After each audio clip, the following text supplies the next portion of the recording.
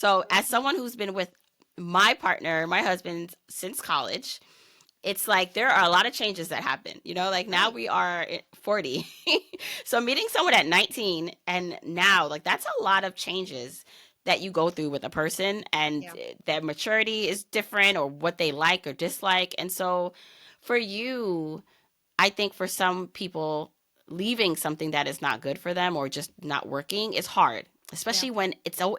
I'm assuming your family's very integrated. Like it's kind of like, how do you walk away from that? Because so many people are staying because it's comfortable or because they're afraid of all the repercussions that come with it. Yeah, it's so true. It's kind of like, it's the devil you know versus the devil you don't. And I think a lot of people just get into a place where like they're comfortable with the chaos and it's not necessarily like enticing for them to go and find out what else could be out there because the chaos feels like familiar, right? And so for me, I was kind of just like, and I think this is a script that I had in my head from just watching other couples and like family members. There was like a lot of toxic relationships and like extended family. And so I was like, well, marriage is just supposed to be chaotic. Like, this is just what we do. You fight, you make up, you accept bad behavior and you justify it and you stay together because that's just what we're told. And the idea of divorce is still a very taboo topic in a lot of communities of color. When you talk about things like prenups, I mean, people get so triggered. They're just like, why would you even mention that? It's like you're planning to get divorced if you bring up this topic.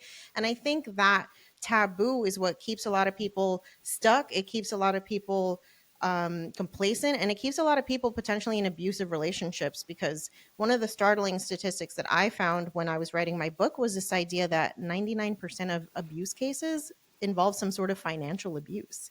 So you think about like how many people are stuck in relationships because they don't have the financial means to get out.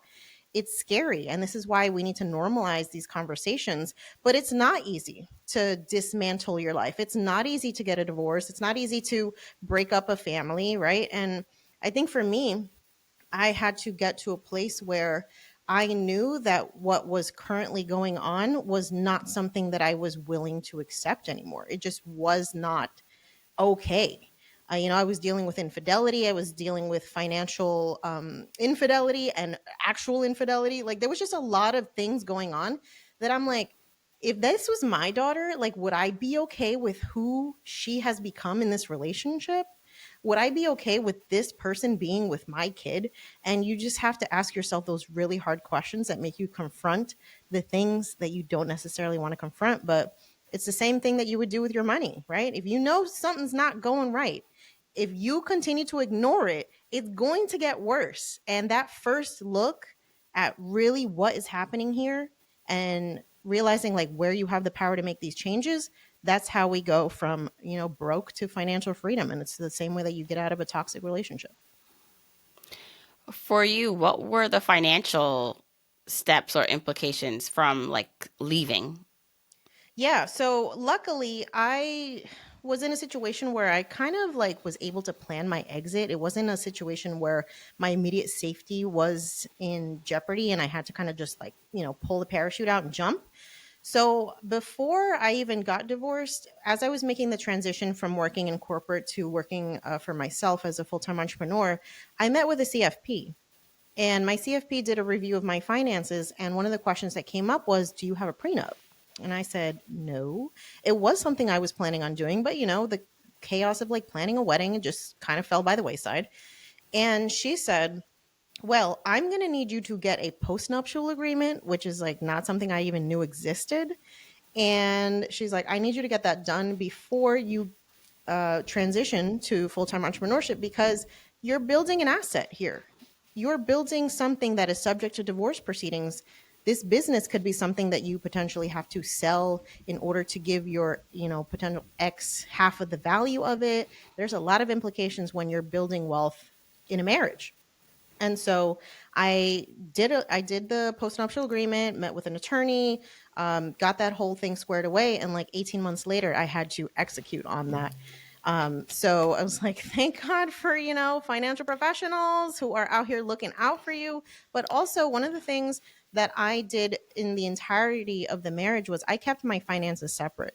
because my ex-husband and I, we had completely different philosophies on money. He was like a spender, didn't want to save. Retirement is just like one of those things you don't even think about, always in debt, just getting into a lot of issues. And I was like, well, I don't move like that. And I don't feel comfortable with my money kind of just disappearing because that's how you operate. And so we always kept separate bank accounts, which I was like very grateful for in the divorce, that I didn't have to go and have my bank accounts locked up and, not having access to money. Because when I got divorced because of the postnup, I didn't have to pay any alimony. I didn't have to give him anything from my retirement accounts, nothing from my business. It cost me $500 to get divorced, and I was able to move on with my life in 3 months versus other folks, who can be going through this for years and potentially having 6, 7 figures worth of financial repercussions to deal with it.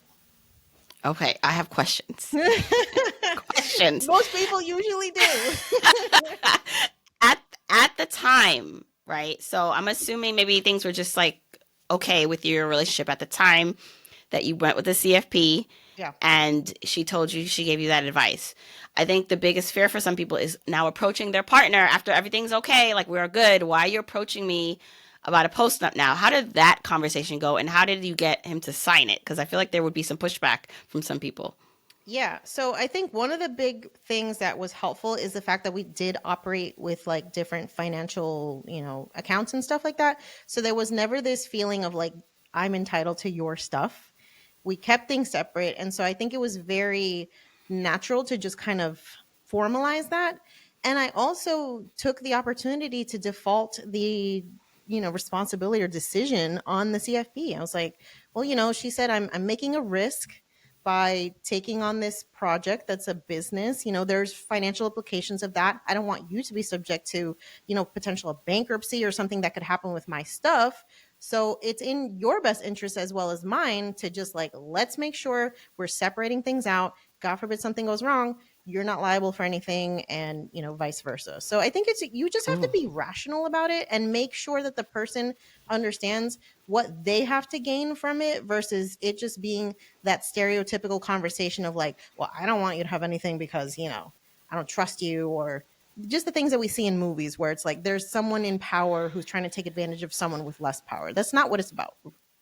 Right. Very smart. And using the current, scenario, which was truly happening, you leaving your job, you starting to build this business to frame it in that way that, hey, I want you to be protected too. And I think also is the fact that you were honest with yourself and what the state of the relationship was, that you guys had different spending alignments. Because I don't know if at that moment, even though you had the post not done, you thought you'd be leaving like soon after. But I I think think just, subconsciously, maybe, yeah. I feel like now looking back, I'm like, girl, the universe was just pushing you in the direction you needed to go in and made you do some things. But, I think it's just like you want to have these conversations when there is not that friction, because that's when things are not going to go right. Right, but I feel like so many people like try to ignore those signs Yeah. and ignore, like they want things to be so good. I was on my run this morning. I love listening to Dateline, which I probably shouldn't because it makes me think everyone is gonna do something to me. But I was running and listening to the story, and long story short, like the husband was cheating on her and literally like was leaving, and like she knew this and was just like, well, I'm not leaving, so you can do, you can be with me if you want. And he would like leave to go with the other woman and all this stuff. He ended up doing some horrific stuff to the other person, and I'm just like, and she was still like, well, I thought like things could work. And I'm just like, but like he literally told you and showed you like what kind of person like he was, and you still just wanted it to be a way. And Yeah. so this is no like victim blaming, but I just feel like there's so many of us who want what we want and refuse to, or just are scared to to do something different. But like if we do that, it like puts us in such a safer place, Yeah. even if you don't do it immediately. But like just making certain decisions help you out in the long run. Yeah, and I think that's when it's important to rely on your support system, right? Because you can be blinded by what's going on in front of you, especially if it's like around you all the time. Like I said, it can become very normal. And sometimes you do need those outside perspectives, whether it's from your friends, your family, therapist, like whoever you can get to give you that ear to listen. Um, you know, Somebody with an objective perspective is going to be able to hear your story and be like, well, what you're going through is not okay. And I can't make the decision for you to get out of that, but I want you to know It's just not okay. And you do with that what information you will. And so when I started really sharing things with my family and my close friends about like what was going on, it was just everybody's like, girl, like it's time to go. And sometimes you just kind of need Yeah. that reinforcement and to know that you're going to be supported through the transition because it's very scary. I had friends offer to come and work from home with me while I was going through the divorce just so I wasn't alone. My sister came down and spent a month with me. So it's just like rallying the troops and really reminding yourself that you are not alone in the situation and there are a lot of people that care about you, but you have to let them in on what's happening and let them support you. I think it's really important. I think just to highlight the importance of, if you feel like you need a postnup, if you're already married, or even a prenup, just so we know how important it was that you had it. What could have happened if you didn't? Oh gosh. I mean, everything that I've worked to build, my multiple six-figure investment portfolio, my business, the fact that I wrote a book, like book royalties are subject to divorce. Like it's crazy how much you can be losing through this process, right? If you are a wealth building kind of person who is out here trying to build an empire, that empire is subject to division. Everything that you create after you get married is potentially, a marital asset. And so if you even think that you want to do stuff like, building a big investment portfolio, pursue financial independence, start a business, you need to be thinking about how you're going to protect those things, not just in the event of death, because obviously that's going to happen to all of us. But if you're going to get married, divorce is one of those things that can really impact you financially as well. Yeah. So that was a big life change for you. I know there have been other things that have changed, and I'd love to like kind of dive into that. I know the first time you were on the show, you talked about the first experience of buying a home and how it actually wasn't for you. You did not enjoy it, and we talked about like the pros and cons of that. But you did have a different experience, and so I'd love for you to dive into that. Yeah, absolutely. So, one of the things that I wanted to touch on in my book was this concept of values based spending. And we hear about that from folks like Ramit Sethi and a lot of folks in the financial independence space. It's kind of just like make sure that you're moving with your money in a way that's actually aligned with the life that you want to create. So the first time that I bought a house, it was very much just trying to like check off another thing on the box. This narrative of like renting is a waste of money, you're being dumb if you don't buy a house. I had all this pressure to do it. And so I said, well, I got to do this by the time I'm 30, right? Because life is over after 30.